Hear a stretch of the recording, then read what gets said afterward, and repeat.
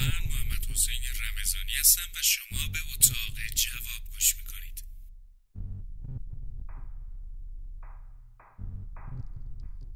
تو این اتاق قراره در مورد همه چیز صحبت کنیم، البته از زاویه‌های متفاوت.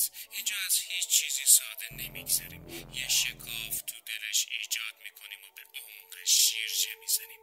این پادکست خوراک اوناییه که دوست دارن بدونن که هر چیزی چطور به وجود اومده، فلسفه‌اش چیه، تاریخچه‌اش چیه، کاربردش چیه. تو این اتاق من و شما قراره سفر کنیم، سفر به دل جواب.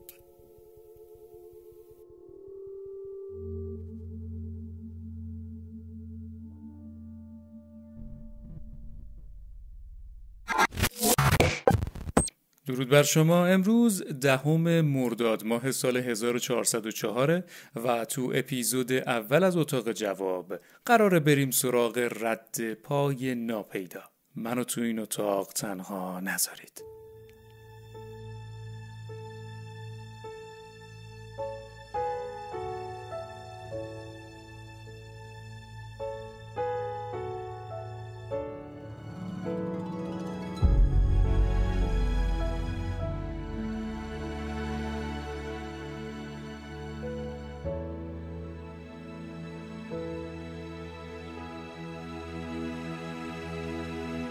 سکوت قبل از شروع، روی اون فضای سفید بکر پر از حرفهای نوشته نشده و بعد تماس اول، نوک مداد، یه خط، یه نقطه یا شاید یه لکه ناخواسته.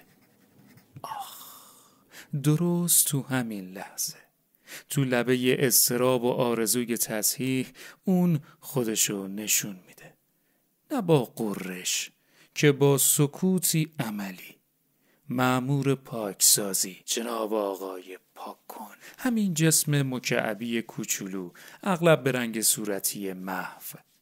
اما بذارید امروز یکم از سطح کاغذ فراتر بریم، عمیق‌تر از رد گرافیت، به قلب قهرمان گمنام خطاها، به تاریخ، به علم، به شعر، به استعاره.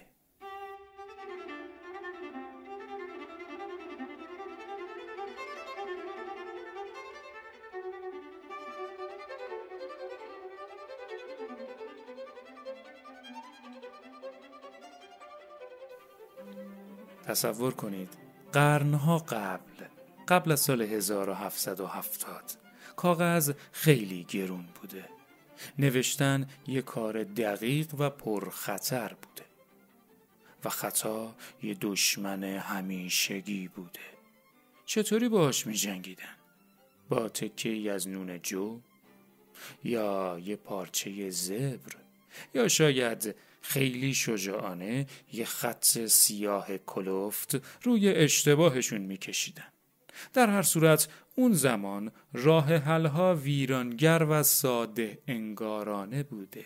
رنج بی پایان کمال طلبی، اما بدون سلاح. اما داستان اینجا تموم نمیشه.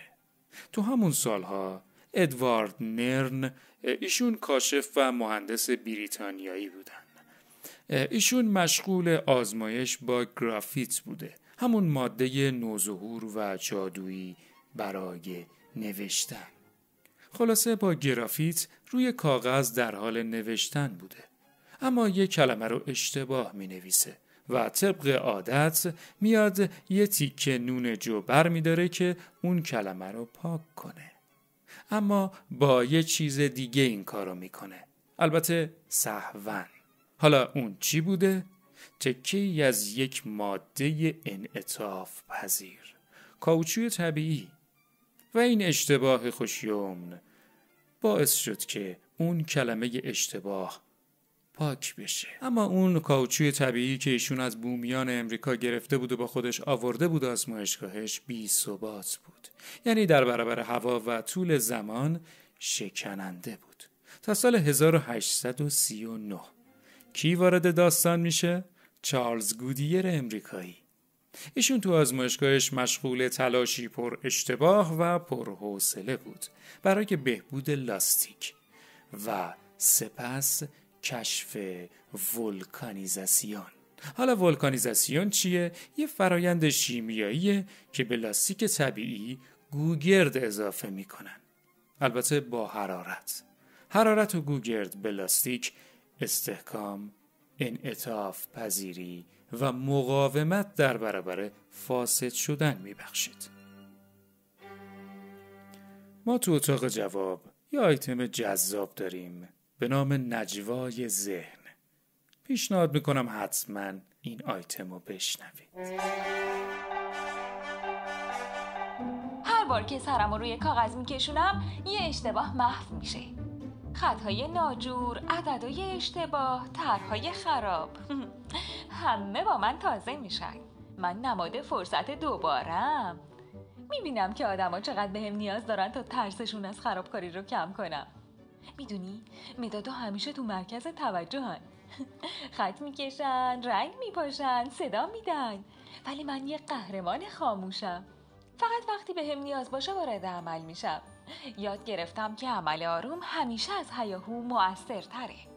من هر صفحه کاغذ رو مثل یه زندگی میبینم، پر از خطای آزمایشی، طرحهای ناتموم و اشتباهات.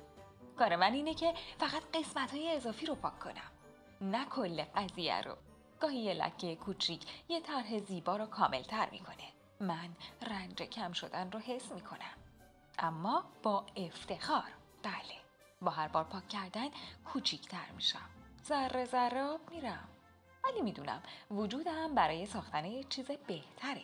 این از خودگذشتگی رو با خوشحالی قبول میکنم. آخرش ته مدادم همینه دیگه، نه؟ مدادا عاشق موندن روی کاغذن، من عاشق پاک کردنم. اما اینو میدونم ما دو روی یه سکه ایم. اون مینویسه، من فضا میسازم. بدون من صفحه پر از اشتباهه. بدون اون من فقط یه تیکه پلاستیک بی هدفم.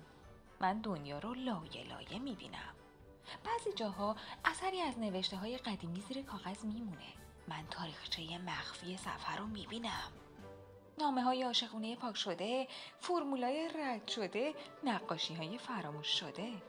من حافظه پنهان کاغذم. و در پایان، اگه روزی تو دسته یه دانش آموز خسته یا یه نقاش ناامید گرفته بشم، سعی میکنم بهش زمزمه کنم پاک کردن شکست نیست، شروع یه طرح بهتره. حالا تو بگو، تو اگه جای من بودی چه حسی داشتی؟ من الناز قناعت شعار هستم و شما به اتاق جواب گوش میکنید.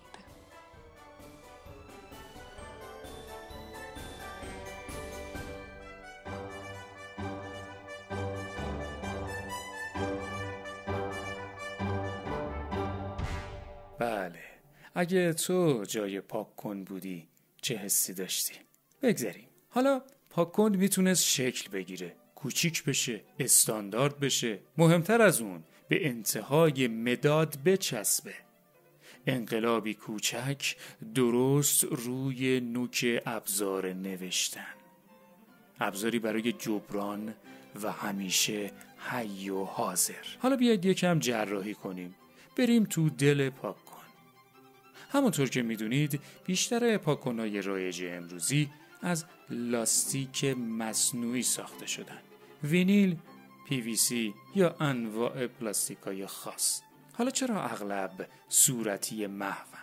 اکسید روی یا رنگدانه‌های دیگه، افزودنی‌هایی برای رنگ، بافت و عمل کرد. اما همشون که صورتی نیستن. سفیدم داریم برای کاغذهای حساس و نرم. آبیش هم هست، اغلب برای جوهر. البته باید مراقب باشیم کاغذو پاره نکنه. یه سری پاک‌کنم داریم که بهشون میگن پاک‌کنای ساینده. داخلشون پودر سنگ پاست و برای سطوح سخت‌تر استفاده میشن. اما اصل داستان تو فیزیک پاک کردنه. این جادو نیست. بیاین اسمشو بذاریم علم مالش. موقع مالش رشته‌های لاستیکی پاک کن عین 1000 تا چنگک کوچیک عمل میکنن. اونا ذرات گرافیتو از رشته‌های کاغذ میکنن، بلند میکنن و داخل ساختار اسفنجی خودشون به دام میندازن. به خاطر همینه که پاک کن همیشه کثیف میشه. اون براده‌های معروف صورتی یا خاکستری زندان‌های کوچک گرافیتن و البته با هر بار پاک کردن ذره‌ای از خود پاک کن ساییده میشه. قربانی عمل پاکسازی، محو شونده در حین خدمت. اما پاک کن فقط برای از بین بردن خطا نیست. یه پاک کن تو دستای یه هنرمند میتونه ابزاری برای آفرینش باشه. محو کردن قسمت‌هایی که باید محو بشن تا اون تصویر جلوه بیشتری داشته باشه. مثلا تو طرح‌های سیاه قلم استفاده از پاک کن نه برای نابودی بلکه برای بیرون کشیدن نور از تاریکی. تو این لحظه پاک کن قلموی نوره و پاک کنای نوک‌تیز اسکنه یا مغاری هستن برای حکاکی جزئیات در طراحی. حالا پیشنهاد میکنم یه سری به دفترچه یادداشتمون بزنیم. البته دفترچه یادداشت اتاق جواب.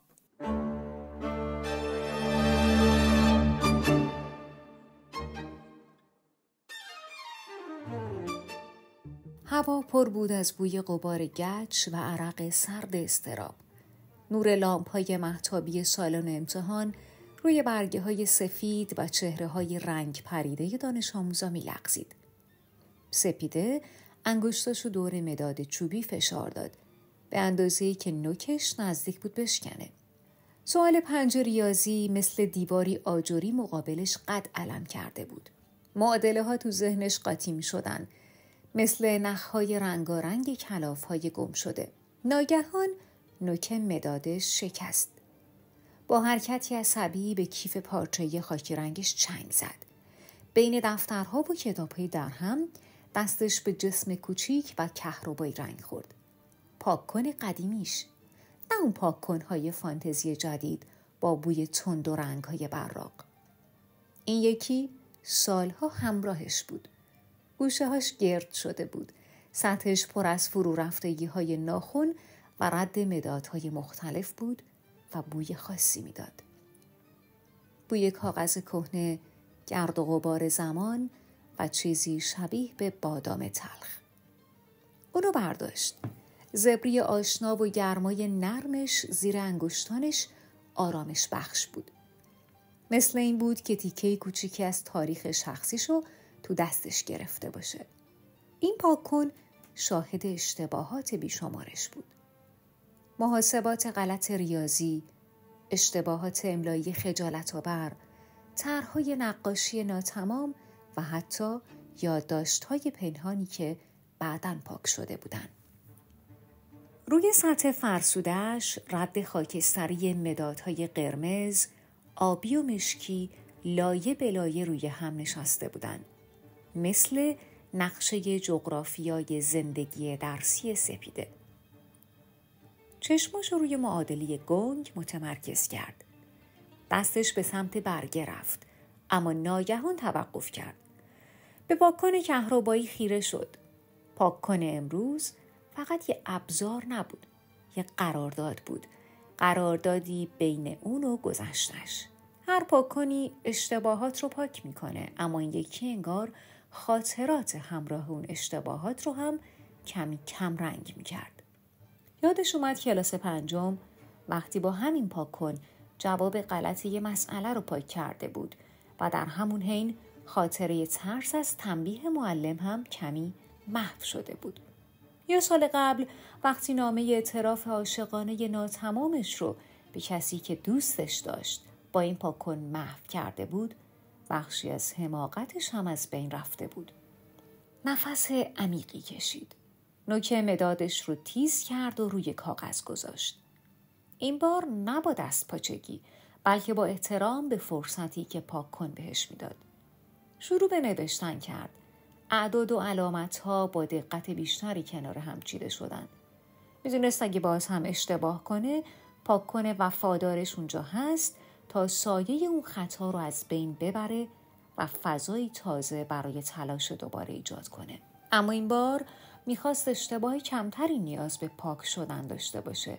هر حرکت مداد با آگاهی بیشتری انجام میشد. ناگهان هم کلاسی کنار دستش آهی بلند کشید و با عصبانیت شروع به پاک کردن شدید بخشی از برگشت کرد. صدای خشخش خشن پاک کنه پلاستیکی نوش فضای ساکت سالن رو شکست. سپید ناخودآگاه پاک کنه کهربایی خودش رو محکمتر تو مشتش فشرد. پاک کنه هم کلاسیش مثل یه ماشین بیرحم فقط نابود میکرد، بدون هیچ خاطره‌ای و بدون هیچ گرمایی. اما پاک‌کن سپیده بخشی از اون بود، بخشی که اشتباهاتش رو میپذیرفت و اونا رو میپوشوند و مهمتر از همه به اون اجازه دوباره شروع کردن میداد. وقتی به مسئله بعدی رسید لبخند کوچیکی روی لباش نشست.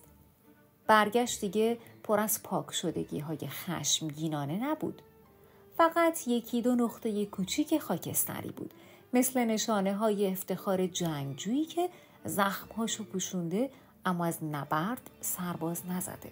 پاک‌کن کهربایی گرم و آروم کنار دستش افتاده بود، منتظر شاید یه اشتباه دیگه یا شاید فقط تماشای ادامه داستان سپیده روی کاغذ سفید. اون فقط یه ابزار نبود، اون یه شاهد بخشنده، یه همراه صبور در سفر پرپیچ و خم یادگیری و رشد بود. سایه های خاکستری روی بدنش داستان پیشرفت سپیده رو روایت می کردن. داستانی از خطاها، پاک شدنها و شجاعت نوشتن دوباره. من شبنم طوفانی هستم و شما به اتاق جواب گوش می کنید.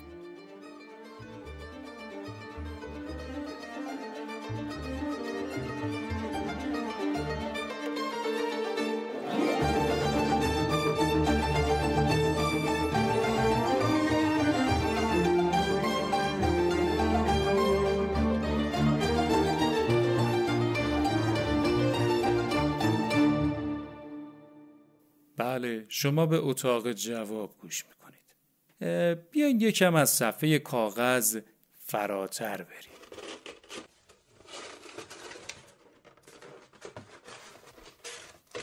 صداش رو میشنوید؟ مجسمه سازانی که پاک‌کن رو یه ماده خام میبینن و اون پاک‌کن مکعبی رو تبدیل به مهر میکنن.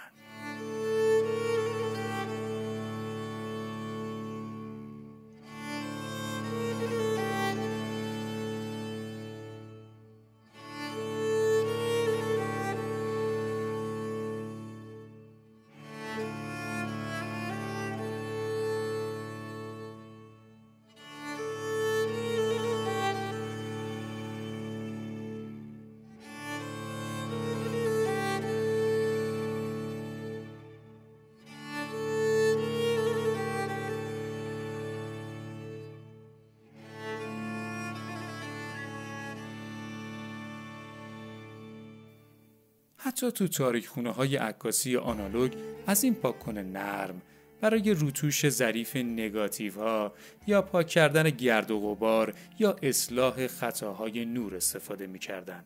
البته قدیمیاش الانم انجام میدن.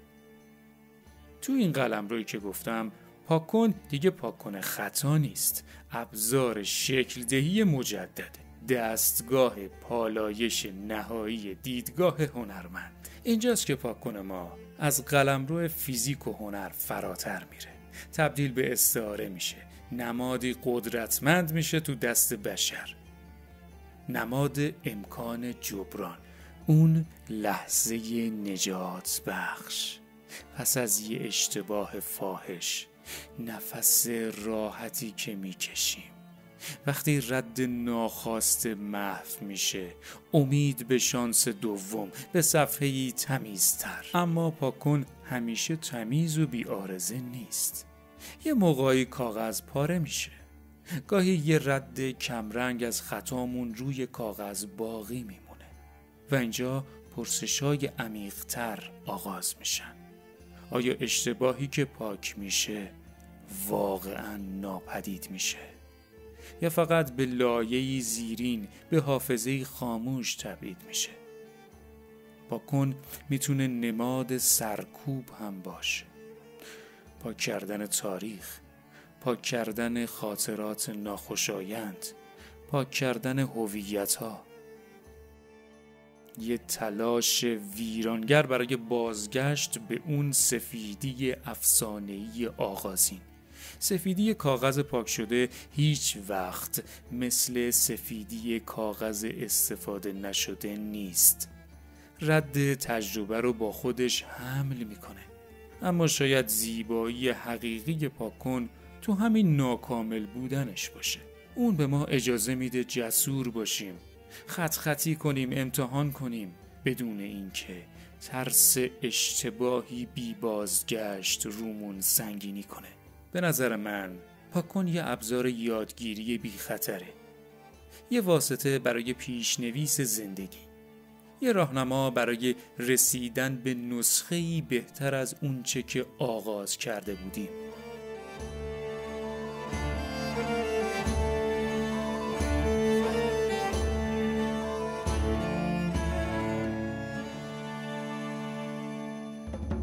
ما تو اتاق جواب یه اتاق دیگه هم داریم، اتاق درمان.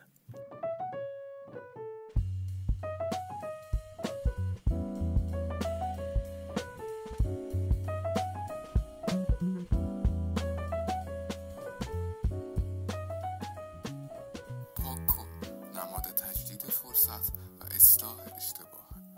پاک کن به انسان این امکان رو میده که خطاهاشو اصلاح کنه. این ویژگی اونو به نمادهای قدرتمندی تبدیل میکنه، مثل بخشش خود، یعنی توانایی پذیرش اشتباه و حرکت به جلو، یا انعطاف پذیری ذهن، یعنی به همون نشون میده که هیچ چیز قطعی نیست و میشه مسیر رو تغییر داد.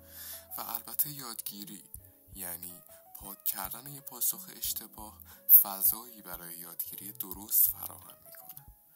پاک کن میتونه برای افراد کمالگرا که از اشتباه هراس دارن اضطراب و کاهش بده، یعنی اطمینان از این که خطاها قابل جبران هستن. میتونه فشار روانی رو هم کم کنه، یعنی امکان آزمون و خطا بدون ترس از خرابکاری دائمی فراهم میشه. ولی باید حواسمون باشه که ممکنه وابستگی افراطی ایجاد کنه. بذارین اینطوری بهتون بگم، بعضیا انقدر مشغول پاک کردن میشن که دیگه پیشرفتی ندارن. از یه زاویه دیگه پاک کن استعاره از حذف یا سرکوبه. در سطح ناخودآگاه پاک کن میتونه نماد سرکوب خاطرات یا احساسات باشه، تلاش برای پاک کردن تجربیات ناخوشایند. هرچند به نظرم این کار درست نیست. پاک کن میتونه نماد اجتناب از مواجهه باشه، یعنی به جای حل مسئله اون رو از دید پنهان کنیم. یا میتونه نماد پشیمانی هم باشه، میل بازگشت به گذشته و تغییر رویدادهامون. حالا بیاین زاویه دیدمون رو تغییر بدیم، به تفاوت فرهنگی در درک اشتباه فکر کنیم. تو فرهنگ هایی که اشتباه شکست تلقی میشه، پاک کن ممکنه ابزاری حیاتی برای حفظ اعتماد به نفس باشه. اما تو فرهنگ های بازتر به اشتباه به عنوان بخشی از فرایند یادگیری نگاه میشه. تو این فرهنگ پاک کن نماد تغییره، نه شکست. حالا بیاین از جنبه درمانی بهش نگاه کنیم. تو روان درمانی پاک کن میتونه به عنوان یه استعاره بصری استفاده بشه. چطوری؟ بذارین یکم راحت تر بگم. مثلا بازنویسی باورها. چه افکاری رو میخوای پاک کنی یا چه چیزی رو میخوای جایگزین کنی. یا قدرت انتخاب، یادآوری این نکته که ما میتونیم روایت‌های ذهنیمون رو تغییر بدیم. پاک کن حتی روی رشد کودک هم تاثیر داره. کودکان با استفاده از پاک کن مفهوم مسئولیت پذیری رو آموزش میبینن. این که میتونن اشتباهاتشون رو اصلاح کنن، اما ممکنه اثرشون باقی بمونه.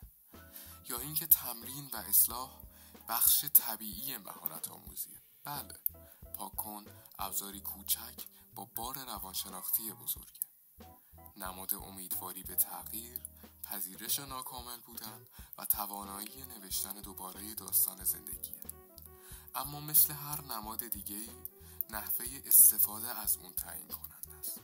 سالمه وقتی ابزار رشد و یادگیری باشه. ناسالمه وقتی تبدیل به مکانیزمی برای اجتناب یا سرکوب بشه. شاید جمله معروف پیکاسو بتونه حق مطلب رو ادا کنه. هر بار که از پاک کنی استفاده میکنی، به این فکر کن که چه چیز جدیدی میخوایی خلق کنی، نه اینکه چه چیزی رو میخوایی پاک کنی. من طاها ضیغمی هستم و شما به اتاق جواب گوش میکنید.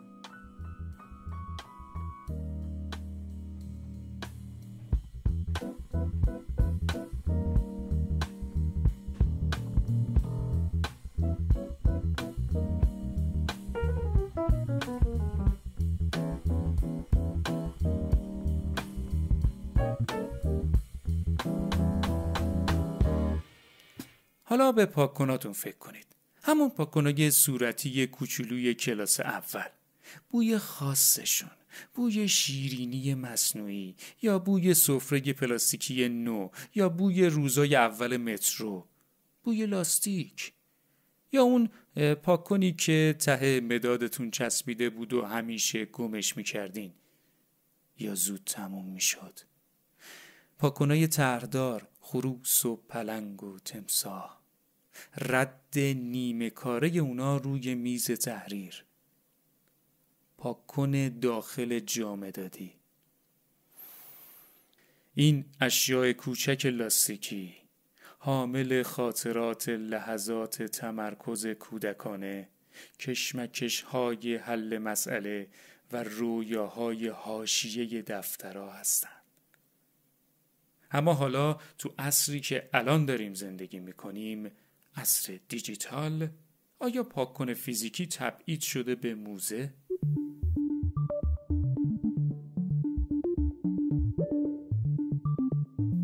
دیلیت، بک اسپیس، آندو، اینا پاک‌کنای نامرئی هزاره جدید، همونطور که میدونید. فوری، بی‌رحم، بی‌نقص، اثری باقی نمیذارن، براده‌ای تولید نمیکنن. اما آیا همون رضایت لمسی رو دارن؟ اون حس فیزیکی جبران، محو شدن ملموس اشتباه زیر انگشتامون. شاید پاک‌کن فیزیکی تا ابد یادگاری ملموس بمونه، یادگاری از مواجهه انسانی با خطا و امکان جبران در جهانی مادی. پاک‌کن، این قهرمان خاموش حاشیه کاغذ، فقط یه ابزار اداری نیست. اون روایتی است تصادفی از کشف نرن، شیمی گودیر، فیزیک مالش و دستمایه‌ای برای دستان خلاق هنرمند. اما تو عمق قلب لاستیکیش اون نمادی از امید انسانیه. امید به این که اشتباه پایان راه نیست. من محمد حسین رمضانی هستم و ازتون میخوام که منو تو این اتاق تنها نذارین. تا اپیزود بعدی مراقب خودتون باشید. ارادت.